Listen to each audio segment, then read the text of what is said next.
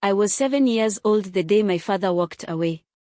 I still remember the sound of his footsteps as he left our compound. They weren't rushed, they weren't heavy, just steady, like a man who had made up his mind. He carried nothing in his hands, not even a glance back at us. I don't know if I expected him to turn, maybe smile at us one last time, or at least say something that would stay with me forever. But he didn't. He just left. My mother had already gone before him, long before my memory was strong enough to hold her face clearly. So when he left, it was us, 6 children, staring at each other with nothing but silence between us. My grandmother's house became our new home that day. Grandma was not the type to hug you when you cried.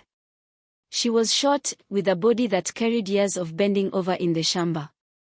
Her hands were rough, her voice sharp, her eyes the kind that saw through lies before you even spoke them.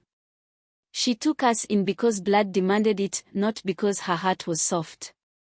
From the first day, she made it clear, in her house, food was to be earned, respect was not to be negotiated, and tears did not cook ugali. Her compound was simple. A mud-walled house with a rusted tin roof that screamed when it rained. The floor was beaten earth, cold under our bare feet, and the air always carried the smell of firewood smoke mixed with the scent of goats that lived too close to the kitchen hut. Around the house, pawpaw trees bent low with fruit, and in the corner of the yard a line of cassava grew stubbornly in poor soil. That was where we played when chores allowed it, barefoot, our laughter mixing with the sounds of chickens scratching in the dust. I was the eldest. That alone placed a weight on my back I could not shake off. When my siblings cried, it was me they looked to, as if I had answers. But I didn't. I was just a child too. My brothers and sisters trailed behind me like shadows, little bodies with big eyes, some with bellies swollen not from fullness but from the lack of it. Their clothes hung loose, torn and patched, but no one cared about clothes. Hunger made us forget such things. Grandma worked hard, but 6 children were too many mouths. Some days, she came home from the shamba with just a handful of maize, and that had to be stretched into something for all of us. On those days, the pot in the kitchen bubbled late into the night while our stomachs groaned, and we watched the fire like it could feel us.